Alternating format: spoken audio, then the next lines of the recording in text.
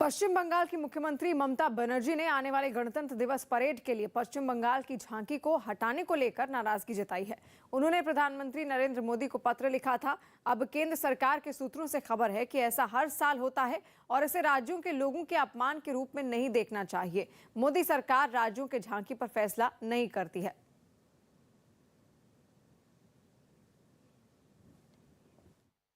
दिल्ली में प्रदूषण से निपटने के लिए केजरीवाल सरकार ने इलेक्ट्रिक बस की सौगात दी। बताया गया कि यह बस मौजूदा बसों की तरह ही सुविधाओं से लैस होगी, लेकिन इसे चलाने के लिए पूरी तरह से बिजली का इस्तेमाल किया जाएगा।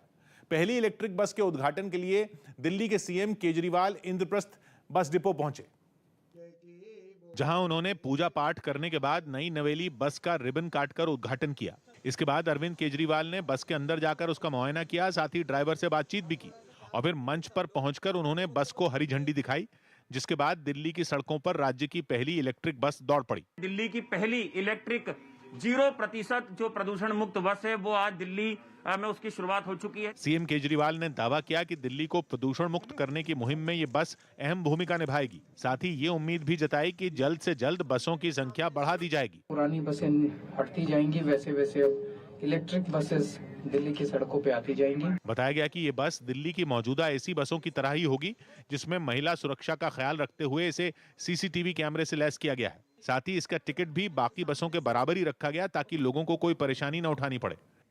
और पंजाब में कांग्रेस ने अपने ट्विटर हैंडल से एक वीडियो ट्वीट किया, जिसमें शुरू में सोनू सूद ये बता रहे हैं कि सीएम कैसा होना चाहिए, और सोनू सूद के ये बताने के ठीक बाद मौजूदा मुख्यमंत्री चन्नी का चेहरा दिखाया गया। पार्टी की तरफ से जारी इस वीडियो के बाद माना जा रहा है कि पंजाब में चरणजीत सिंह चन्नी सीएम का चेहरा होंगे। कुछ दिन पहले ही सोनू सूद की बहन ने कांग्रेस का हाथ थामा था, जिनको पार्टी ने चुनाव मैदान में उतारा भी है, और अब जो वीडियो जारी हुआ उसमें चन्नी के साथ सोनू सूद का भी इस्तेमाल किया गया। कांग्रेस ने ये वीडियो ठीक उस दिन जारी किया जब पंजाब में चुनाव आयोग ने चुनाव की तारीख बदलने का ऐलान किया। जबरदस्ती कुर्सी पे लेके आया जाए, उसको स्ट्रगल नहीं करनी पड़े, उसको बताना नहीं पड़े कि मैं चीफ मिनिस्टर कैंडिडेट हूं, मैं डिजर्व करता हूं। वो ऐसा होना चाहिए जो बैक बेंचर हो और उसको पीछे से उठा के ले और बोल कि तू डिजर्व करता, तू बनो। वो जो बनेगा वो देश बदल सकता है।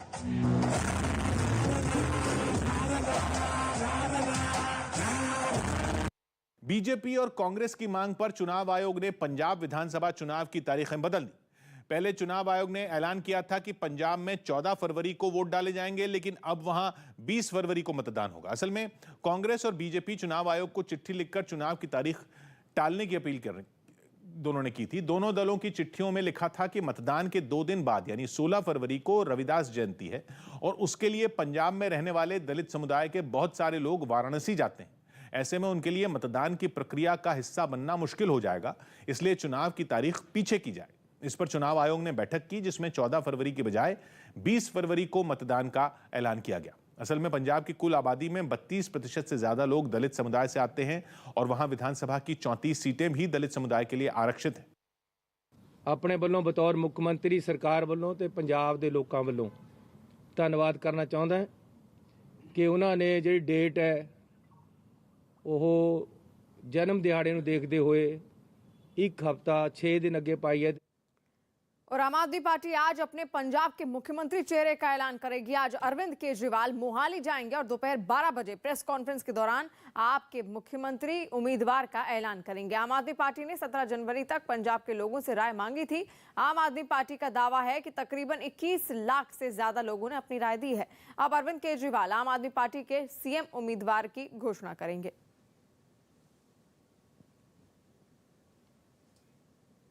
आम आदमी पार्टी ने दावा किया कि मुख्यमंत्री पद के उम्मीदवार के लिए उसे लाखों लोगों की राय मिली। पहले खबर थी कि पार्टी भगवंत मान को अपना सीएम उम्मीदवार बनाने वाली है, लेकिन बाद में आम आदमी पार्टी ने जनता की राय लेने का फैसला किया था और उनसे इसमें सहयोग करने की अपील की थी। पार्टी का दावा है कि उसे 21 लाख लोगों की राय मिली है और दोपहर 12 बजे अरविंद केजरीवाल जनता की राय बताने वाले हैं। यानी आम आदमी पार्टी बताएगी कि पंजाब में उसका मुख्यमंत्री पद का उम्मीदवार कौन होगा।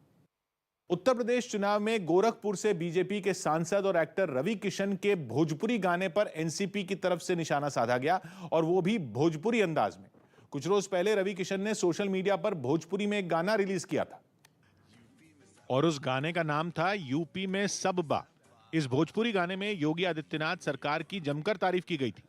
यही नहीं, इस गाने के जरिए रवि किशन ने उत्तर प्रदेश की बीजेपी सरकार का पूरा रिपोर्ट कार्ड ही लोगों के बीच रख दिया था। सड़कन के जालवा काम बेमिसाल बा जी कबो न रहल ऊ अब्बा यूपी में सब्बा। लेकिन यूपी सरकार की तारीफ वाले इस गाने पर भोजपुरी अंदाज में ही निशाना साधा गया। मोर्चा संभाला महाराष्ट्र सरकार में मंत्री नवाब मलिक ने। उन्होंने भोजपुरी सिंगर नेहा सिंह राठौर का एक गाना यूपी में काबा ट्वीट किया, जिसके जरिए योगी सरकार पर जमकर हमले किए गए। अरे बाबा के दरबार बा, खत्म रोजगार बा, अरे काबा यूपी में काबा। ये गाना सोशल मीडिया पर तेजी से वायरल हो रहा है, जिसे विपक्षी पार्टियों के लोग काफी पसंद कर रहे हैं। दिल्ली में गणतंत्र दिवस से पहले परेड की रिहर्सल हुई। 26 जनवरी से पहले सेना के जवानों ने दिल्ली के राजपथ पर गणतंत्र दिवस परेड में रिहर्सल की। हरियाणा में बढ़ते कोरोना मामलों पर वहां के स्वास्थ्य मंत्री का अजीबोगरीब बयान सामने आया। स्वास्थ्य मंत्री अनिल विज ने दावा किया कि राज्य में कोरोना के मामले दिल्ली से नजदीक होने की वजह से बढ़े। उन्होंने आरोप लगाया कि दिल्ली में कोरोना कंट्रोल न कर पाने की वजह से इसका असर बाकी राज्यों पर भी पड़ा। दिल्ली के अनियंत्रित संक्रमण का हरियाणा पर बहुत प्रभाव पड़ता भी है और पड़ भी रहा है। अनिल विज के इस बयान पर दिल्ली के स्वास्थ्य मंत्री सत्येंद्र जैन ने पलटवार किया। उन्होंने आरोप लगाया कि हरियाणा सरकार इस मुद्दे पर सिर्फ राजनीति करना चाहती है। हमारे पास 1000 से भी ज्यादा लोग हर रोज जो पॉजिटिव लिस्ट आती है उसके अंदर दिल्ली से बाहर के होते हैं। पंजाब में फिरोजपुर देहात विधानसभा सीट से टिकट मिलने के बाद भी उम्मीदवार आशू बांगड़ ने आम आदमी पार्टी से इस्तीफा देकर उसे बड़ा झटका दिया और कांग्रेस में शामिल हो गए।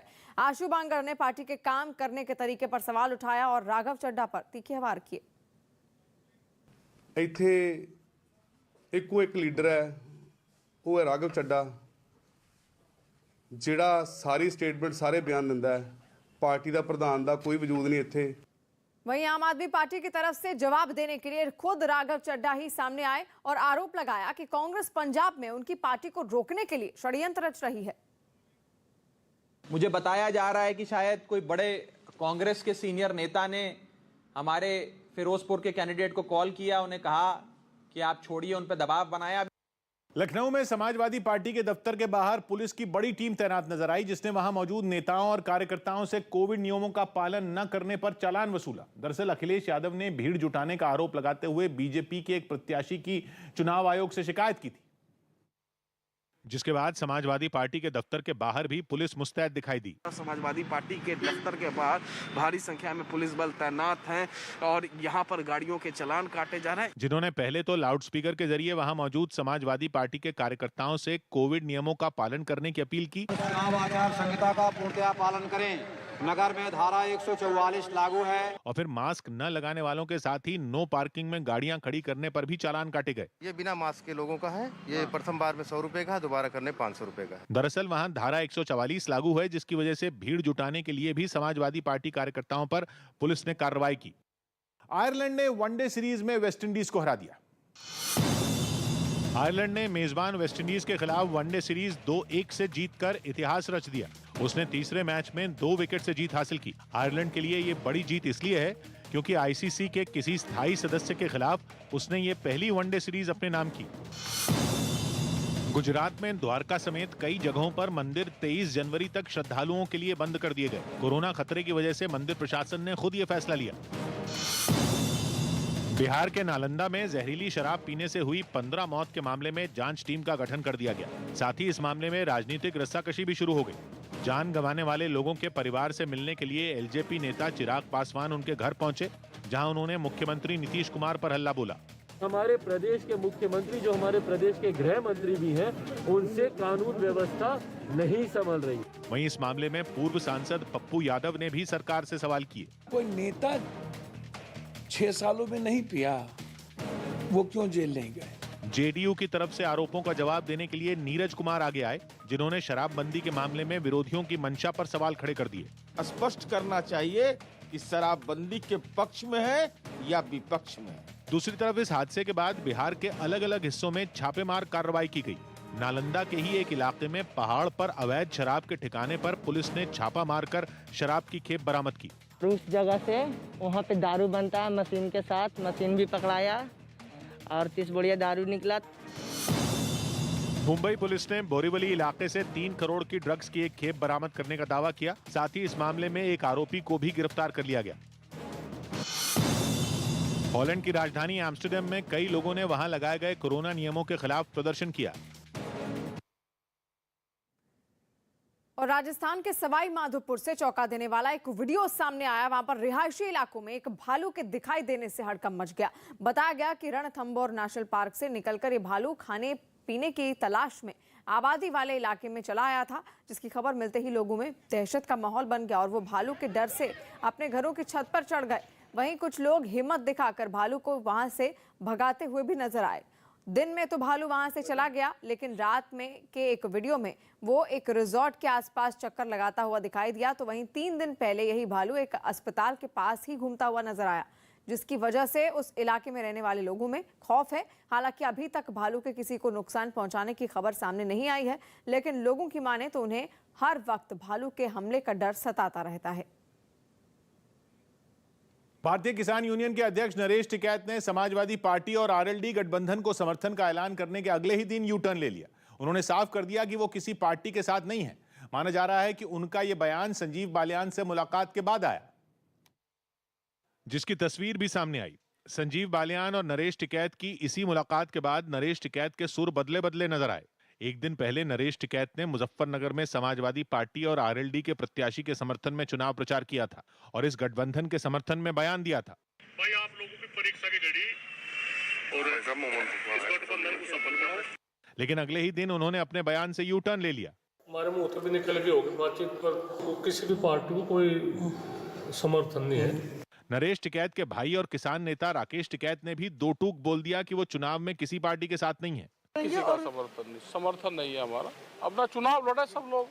केंद्र सरकार कृषि सुधार कानूनों को वापस ले चुकी है, लेकिन माना जा रहा है कि विपक्ष इस मुद्दे पर बीजेपी को घेरने का कोई मौका नहीं छोड़ना चाहता, जिसके लिए उसने पूरा जोर लगा दिया है। खासकर उत्तर प्रदेश के पश्चिमी हिस्से में, जिसे किसान बहुल इलाका कहा जाता है, और इस इलाके में किसानों के संगठन भारतीय किसान यूनियन की अच्छी खासी पकड़ मानी जाती है और इसीलिए टिकैत परिवार की अहमियत बढ़ जाती है। खबर है कि राजनीतिक पार्टियां इसीलिए भारतीय किसान यूनियन का समर्थन चाहती हैं। उत्तर प्रदेश के पश्चिमी हिस्से में विधानसभा की 66 सीटें हैं। इन सीटों पर किसानों की भूमिका निर्णायक मानी जाती है। माना जा रहा है कि किसान आंदोलन की वजह इन सीटों पर सियासी समीकरण बदले हैं, जिसका सियासी पार्टियां फायदा उठाने की कोशिश कर रही हैं। राजस्थान के नागौर से एक हैरान करने वाली तस्वीर सामने आई है। वहां पर एक बेकाबू ट्रक ने ट्रैक्टर ट्रॉली में पीछे से जबरदस्त टक्कर मार दी। यह हादसा नागौर बीकानेर हाईवे पर हुआ, जिसका वीडियो ट्रक के पीछे आ रही एक कार में बैठे आदमी ने रिकॉर्ड कर लिया, जिसमें हाईवे पर एक तेज रफ्तार ट्रक लहराता हुआ नजर आया और इसके ठीक आगे एक कार और ट्रैक्टर ट्रॉली चलती हुई दिखाई दी। तभी कार तेजी से ओवरटेक कर ट्रैक्टर ट्रॉली से आगे निकल गई, जिसके बाद ट्रक ड्राइवर ने भी उस ट्रैक्टर ट्रॉली को ओवरटेक करने की कोशिश की और इसी जल्दबाजी में ट्रक बेकाबू होकर ट्रॉली से टकरा गई। टक्कर लगते ही ट्रैक्टर ट्रॉली हाईवे पर ही बुरी तरह पलट गई और ये बताया गया कि इस हादसे में ट्रैक्टर ट्रॉली सवार को गंभीर चोटें आई, जिसके बाद इलाज के लिए उसको अस्पताल में भर्ती करा दिया गया। छत्तीसगढ़ के मुख्यमंत्री भूपेश बघेल प्रचार की वजह से दर्ज मुकदमे पर भड़क गए। भूपेश बघेल ने कल यूपी की नोएडा विधानसभा सीट पर कांग्रेस प्रत्याशी पंखुड़ी पाठक के लिए डोर टू डोर प्रचार किया था, लेकिन चुनाव आयोग के दिशा निर्देशों के उल्लंघन के आरोप में नोएडा पुलिस ने उन पर मामला दर्ज कर लिया।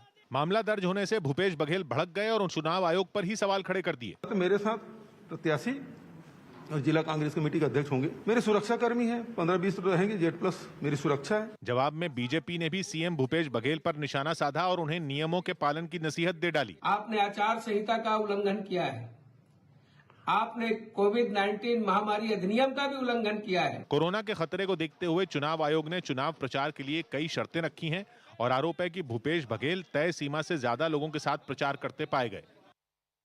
गणतंत्र दिवस समारोह पर मेहमानों की संख्या में कटौती की गई। इस बार राजपथ पर होने वाले गणतंत्र दिवस समारोह में वीआईपी समेत सिर्फ 4000 लोग ही शामिल हो सकेंगे। कोरोना खतरे की वजह से ये फैसला लिया गया। आम लोगों के लिए कुछ टिकट्स का प्रावधान है, जिन टिकट्स का सेल अभी चल रहा है, 4 जगह पर उन टिकट्स का सेल है। तकरीबन 4000 टिकट्स सेल हो रहे हैं इस बार। जसप्रीत बुमराह ने बताया कि अगर उन्हें टीम इंडिया की कप्तानी दी जाती है तो ये उनके लिए गर्व की बात होगी। वनडे और T20 के बाद विराट कोहली ने 2 दिन पहले ही टेस्ट टीम की भी कप्तानी छोड़ दी थी।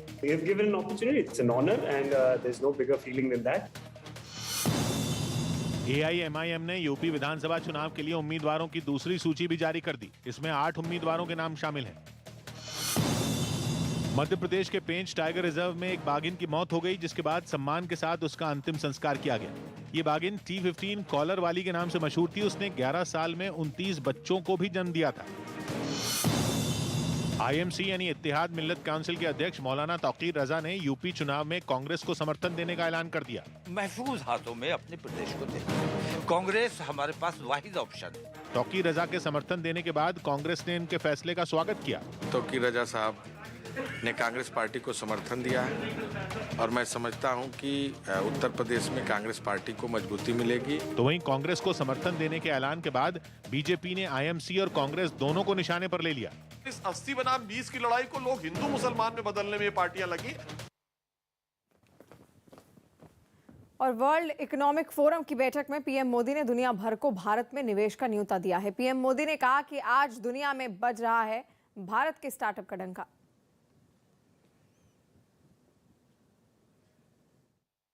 हम अनेक देशों के साथ फ्री ट्रेड एग्रीमेंट के रास्ते बना रहे हैं।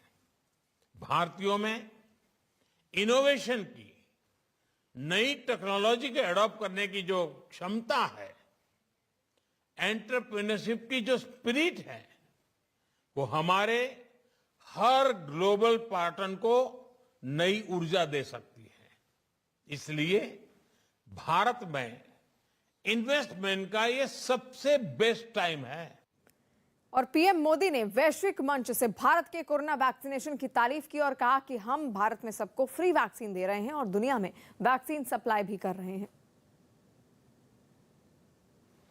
कोरोना की एक और वेव से सावधानी और सतर्कता के साथ मुकाबला कर रहा है।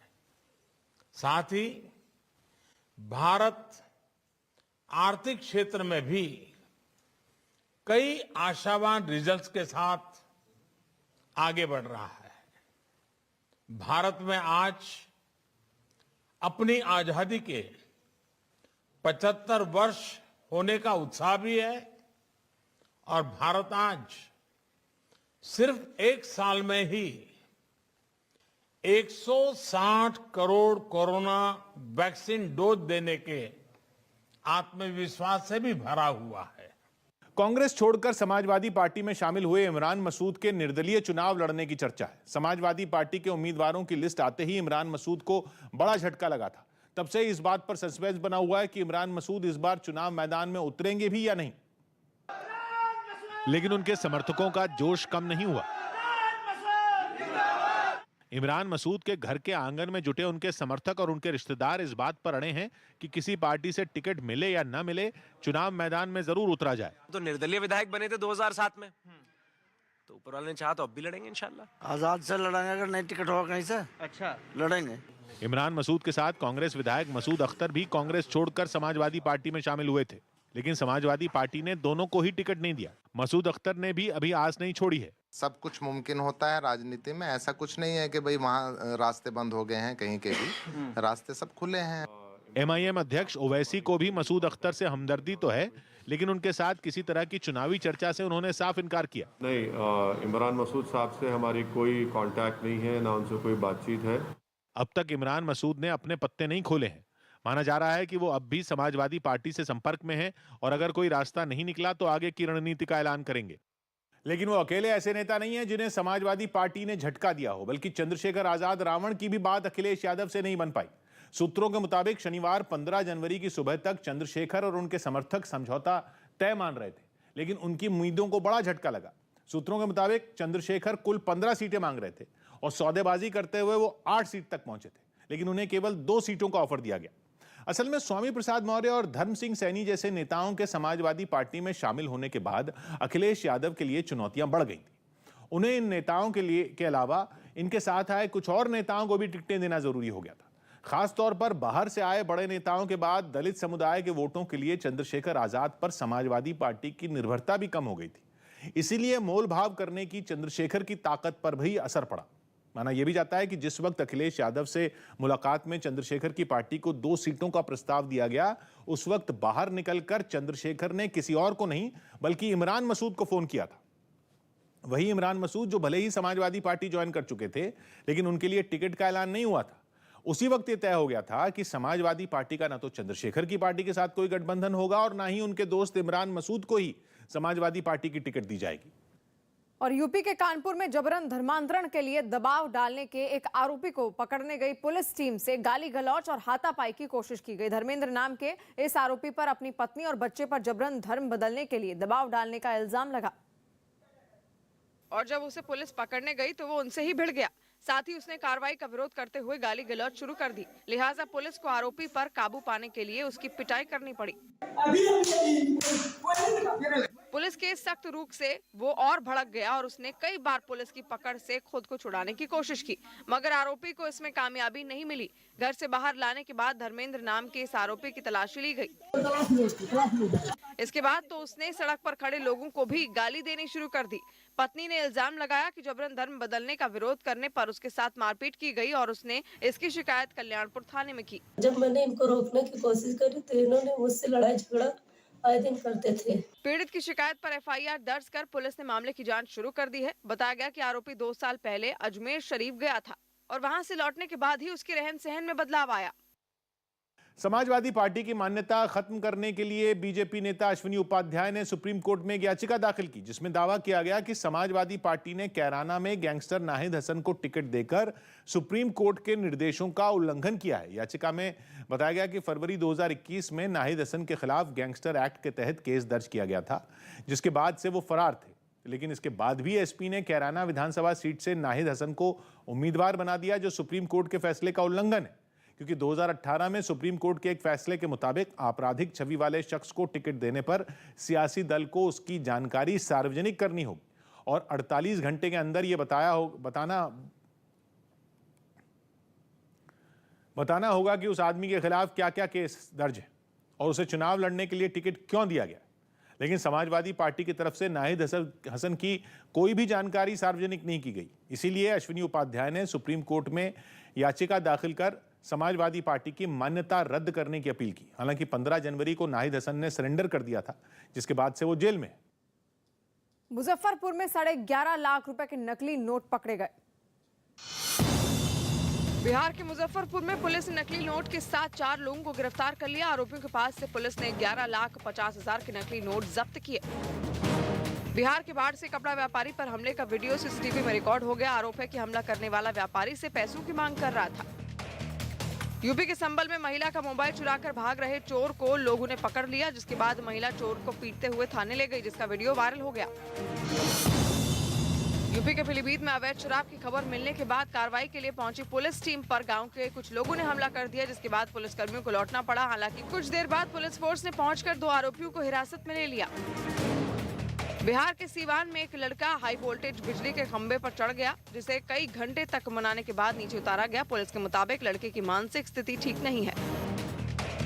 मध्य प्रदेश के उज्जैन में केमिकल फैक्ट्री में भीषण आग लग गई, जिसके बाद मजदूरों को बाहर निकालकर फैक्ट्री को तुरंत खाली करा लिया गया। आग इतनी भीषण थी कि 10 से अधिक दमकल की गाड़ियों को आग काबू करने के लिए कड़ी मशक्कत करनी पड़ी। के मुसाफा में ड्रोन हमले के बाद ऑयल टैंकर्स में हुए विस्फोट में 2 भारतीय नागरिकों समेत 3 लोगों की मौत हो गई है। यूएई में भारतीय राजदूत संजय सुधीर ने इसकी पुष्टि की है। हूती विद्रोहियों ने इस ड्रोन अटैक की जिम्मेदारी ली है। इस हमले में 2 भारतीय और 1 पाकिस्तानी नागरिक की मौत हो गई, जबकि 6 लोग घायल हो गए। उत्तर प्रदेश में चुनावी सरगर्मियों के बीच मुख्यमंत्री योगी आदित्यनाथ ने राज्य में कोरोना से निपटने के लिए तैयारियों का जायजा लिया, जिसके लिए वो दिल्ली के पास गाजियाबाद में मौजूद संतोष मेडिकल कॉलेज पहुंचे और वहां कोरोना की तीसरी लहर से निपटने के लिए की गई तैयारियों को परखते नजर आए। उन्होंने वैक्सीनेशन कैंप में पहुंचकर 18 साल से कम उम्र के बच्चों से बातचीत की। इस दौरान उन्होंने कोरोना टीकाकरण में देश में अव्वल होने पर उत्तर प्रदेश के स्वास्थ्य विभाग की तारीफ भी की। 23 करोड़ 15 लाख से अधिक वैक्सीन की डोजेज हम उत्तर प्रदेश के अंदर दे चुके हैं। इसके बाद सीएम योगी गाजियाबाद के ही एक और मेडिकल कॉलेज भी गए, जहां सुरक्षा कर्मियों को बूस्टर डोज लगाए गए। और उत्तराखंड के पूर्व मंत्री हरक सिंह रावत आज कांग्रेस में शामिल हो जाएंगे। सूत्रों के हवाले से खबर है कि कांग्रेस आलाकमान ने रावत को कांग्रेस में शामिल करने को लेकर हरी झंडी दे दी है। कांग्रेस में एक परिवार एक टिकट के फॉर्मूले को मानने की बात कही जा रही है और हरीश रावत आलाकमान के फैसले के साथ और कांग्रेस प्रदेश अध्यक्ष गोदियान के ने प्रस्ताव का समर्थन किया है। आज दोपहर 12 बजे हरक सिंह रावत कांग्रेस में शामिल हो सकते हैं। हरक सिंह की बहू अनुकृति भी कांग्रेस में शामिल होंगी। सभी सीटों पर प्राय सहमति हो गई है। कुछ सीटों पर 2-4 सीटों पर सहमति नहीं भी होगी तो उनको पार्लियामेंट्री बोर्ड को भेज दिया जाएगा। कि प्रति जो गलती की है यदि उसको स्वीकार करते हैं और कहते हैं गलती हुई मुझसे, माफी मांगने जैसा मैंने कहा लोकतंत्र से माफी मांगे, उत्तराखंड की जनता से माफी मांगे। और राजनीति के अंदर कभी कभी जब कोई निर्णय गलत होता है, यदि गलत नहीं होता तो क्यों वहां से यहाँ आना पड़ता। अपना कानून बनाया हमने, किसी का बाप बेटे पति किसी को भी टिकट नहीं देंगे। उसको वो अपनी पत्नी के लिए मांग कर रहे थे और सबसे बड़ी दुख की बात है जिस सीट पर वो थे उस सीट को भी बदलने की मांग कर रहे थे। हमारा मानना है कि जिस पे काम किया है उस पे काम करना चाहिए। इस कारण से उसकी गतिविधियां देखकर पार्टी ने सर हरक के जाने से कोई इफेक्ट पड़ेगा उत्तराखंड में? नहीं, पार्टी हमारे विचारों के कारण वोट मिलता है, किसी व्यक्ति विशेष के कारण नहीं मिलता। बीजेपी से निकाले जाने के बाद उत्तराखंड में मंत्री रहे हरक सिंह रावत की आंखों से आंसू छलक पड़े। उन पर अनुशासनहीनता का आरोप लगा था, जिसकी वजह से एक दिन पहले उन्हें न केवल उत्तराखंड के मंत्रिमंडल से बल्कि 6 साल के लिए बीजेपी में से भी निकाल दिया गया। जिसके बाद वो जब मीडिया के सामने आए तो उनका दर्द भी सामने आ गया। बीजेपी से 6 साल के लिए बाहर निकाले जाने पर उनकी आंखें नम हो गईं। वो बीजेपी आलाकमान के इस फैसले से खासे नाराज दिखे। यहां तक कि उन्होंने ये तक बोल दिया कि उन्हें निकालना पार्टी की बहुत बड़ी गलती है। किसी का विनाश होना होता है, किसी को तो वो उससे ऐसी गलतियां होती हैं। एक दिन पहले जब हरक सिंह रावत दिल्ली पहुंचे थे तभी खबरें उड़ी थीं कि वो बीजेपी छोड़ने वाले हैं, लेकिन उनकी दलील ये है कि वो अमित शाह से मिलने दिल्ली आए थे, न कि बीजेपी छोड़ने। मैं मिला रहा था अमित शाह जी के यहाँ, तब तक मैसेज आ गया, मैं समय ले रहा था कि कल मैं सब दिल्ली आया हूँ, कल मुझे कुछ समय दे दीजिएगा। खबरें हैं कि हरक सिंह रावत लंबे समय से नाराज थे और वो कांग्रेस में जाने की पूरी तैयारी कर चुके थे, लेकिन उनके ऐसा करने से पहले ही बीजेपी ने उन्हें पार्टी से निकाल दिया। बीजेपी ने आरोप लगाया कि हरक सिंह रावत अपने करीबियों के लिए टिकट मांग रहे थे, लेकिन पार्टी की पॉलिसी एक परिवार एक टिकट की है, जिस पर मतभेद बढ़े और हरक सिंह रावत बीजेपी से बाहर कर दिए गए। वो अपने समेत अपने परिवार के लिए और अन्य लोगों के लिए पार्टी पर दबाव कर रहे थे, तो इसलिए पार्टी ने निर्णय लिया। हालांकि हरक सिंह रावत ने इस आरोप को गलत ठहराया। मेरे पुत्र बधू जो है आप चेक करा लो, अगर वो जीत सकती है चुनाव तो अब उसमें विचार कर लो, मैं नहीं लड़ना चाहता हूँ। खबर है कि हरक सिंह रावत ने अपने और अपनी बहू के लिए टिकट मांगा था, लेकिन उनकी ये मांग पूरी नहीं हुई, जिसके बाद पता चला कि वो कांग्रेस में वापसी कर सकते हैं, लेकिन इस खबर पर मोहर लगती उससे पहले ही वो बीजेपी से निष्कासित कर दिए गए। जिसके बाद हरक सिंह रावत ने सोनिया गांधी का एहसान चुकाने की बात कहकर यह संकेत दे दिया कि वो कांग्रेस में जा सकते हैं। किसी के कोई एहसान को कभी नहीं भूलता हूँ। मतलब एहसान चुकाने का वक्त आ गया है। हाँ, देखिए मैं सोचता हूँ कि इन्होंने मौका दिया ना मुझे। लेकिन उत्तराखंड के पूर्व मुख्यमंत्री और कांग्रेस नेता हरीश रावत ने माफी की शर्त रखकर उनकी वापसी की राह मुश्किल कर दी। 18 मार्च की घटना है 2016 की उत्तराखंड में। उसमें जो भी भागीदार थे उनको अपनी उस गलती के लिए उत्तराखंड के से और लोकतंत्र से दोनों से माफी मांगनी चाहिए। कहा जाता है कि 2016 में हरक सिंह रावत की बगावत की वजह से ही हरीश रावत की सरकार गिर गई थी। हरक सिंह रावत के बीजेपी से निकाले जाने के बाद उत्तराखंड की सियासी हलचल तेज हो गई। आखिर ऐसा क्या हुआ कि कुछ दिन पहले तक जिस नेता को मनाने के लिए हाईकमान खुद जुटा था, उसे ही बाहर का रास्ता दिखा दिया गया। खबर है कि हरक सिंह रावत शुरू से ही बीजेपी सरकार से नाराज थे। पहले त्रिवेंद्र सिंह रावत के मुख्यमंत्री रहते हुए उन्हें अपने मंत्रालय पर ऐतराज था, और जब पुष्कर सिंह धामी मुख्यमंत्री बने तो भी उनकी नाराजगी बरकरार रही। खबर तो यह भी आई कि पिछले महीने अपने विधानसभा क्षेत्र कोटद्वार में मेडिकल कॉलेज बनाने के मुद्दे पर उन्होंने इस्तीफा देने की धमकी तक दे डाली थी, जिसके बाद पता चला कि हाईकमान ने डैमेज कंट्रोल किया और हरक सिंह रावत को मनाया गया। लेकिन सियासी गलियारों में लगातार ये खबरें आती रहीं कि हरक सिंह रावत कई मुद्दों पर नाराज हैं, जिन्हें सुलझाने के लिए आलाकमान ने पहल नहीं की, जिनमें एक विधानसभा चुनाव में टिकट का मुद्दा भी है। कहा जा रहा है कि हरक सिंह रावत 2 टिकट मांग रहे थे, एक अपने लिए, दूसरा अपनी बहू के लिए, जिसके लिए बीजेपी तैयार नहीं थी और इसी वजह से कांग्रेस में जाने के बारे में सोच रहे थे वो। लेकिन उससे पहले ही उनसे मंत्री पद और बीजेपी की सदस्यता छिन गई, जिसके बाद उनके आंसू निकल आए। खबर तो यह भी है कि हरक सिंह रावत इस बार अपनी सीट भी बदलना चाहते थे और पौड़ी जिले की कोटद्वार सीट से नहीं बल्कि किसी और जगह से चुनाव लड़ना चाहते थे। पता चला है कि उन्होंने पार्टी आलाकमान के सामने 3 विकल्प भी रखे थे, जिनमें केदारनाथ सीट का नाम भी शामिल था, जबकि अपनी बहू के लिए वो लैंसडाउन सीट से टिकट चाहते थे। 80 के दशक में सियासत में कदम रखने वाले हरक सिंह रावत ने 1984 में पहली बार बीजेपी के टिकट पर ही चुनाव लड़ा था, लेकिन वो हार गए थे, जिसके बाद वो 1991 में पौड़ी से लड़े और जीतकर विधानसभा पहुंचे, जिसके बाद वो कल्याण सिंह की सरकार में मंत्री भी बने। वो 1993 में फिर से पौड़ी से जीतकर विधायक बने, लेकिन 1996 में उन्होंने उत्तराखंड राज्य की मांग पर अपनी अलग पार्टी बना ली, जिसके बाद वो कुछ वक्त के लिए बीएसपी में रहे, लेकिन बाद में उन्होंने कांग्रेस का दामन थाम लिया। साल 2000 में जब उत्तराखंड राज्य बना तो हरक सिंह रावत वहां की सियासत में सक्रिय हो गए और उन्होंने लैंसडाउन सीट को अपनी कर्मभूमि बताया और वहां से जीत दर्ज करते रहे। कहा जा रहा है कि इस वजह से वो अपनी बहू के लिए उसी सीट से टिकट मांग रहे थे ताकि उनकी पकड़ का उनकी बहू को फायदा मिले। वैसे 2012 में उन्होंने अपनी सीट बदल ली थी और रुद्रप्रयाग से कांग्रेस के टिकट पर चुनाव लड़ा और जीता था, लेकिन 2016 में जब वो तब सुर्खियों में आ गए जब उन्हें अपनी ही पार्टी की सरकार गिराने का आरोप लगा उन पर। उत्तराखंड की सियासत की कुछ सबसे अहम तारीखों में एक है 18 मार्च 2016 की तारीख, वो तारीख जब उत्तराखंड विधानसभा के अंदर 9 विधायकों ने अपनी ही पार्टी से बगावत कर दी थी। ये 9 विधायक थे कांग्रेस के, जिनमें हरक सिंह रावत का नाम भी शामिल है, जिन पर आरोप लगा कि उनकी वजह से बगावत हुई और हरीश रावत सरकार को हटाकर राज्य में राष्ट्रपति शासन तक लगा, जिसके बाद मामला सुप्रीम कोर्ट तक पहुंचा और कोर्ट के हस्तक्षेप के बाद हरीश रावत सरकार लौट तो आई, लेकिन ज्यादा दिन तक चल नहीं पाई। इस बीच हरक सिंह समेत बगावत करने वाले सभी 9 विधायकों ने बीजेपी ज्वाइन कर ली और 2017 के चुनाव में हरक सिंह रावत कोटद्वार से चुनाव लड़े और जीते, जिसके बाद उन्हें उत्तराखंड सरकार में कैबिनेट मंत्री बनाया गया। लेकिन कई बार कई मामलों में त्रिवेंद्र सिंह रावत से उनके मतभेद की खबरें आई। श्रम मंत्रालय पर भी उनकी त्रिवेंद्र सरकार से नाराजगी रही। पुष्कर सिंह धामी के आने के बाद भी सियासी खींचतान जारी रही।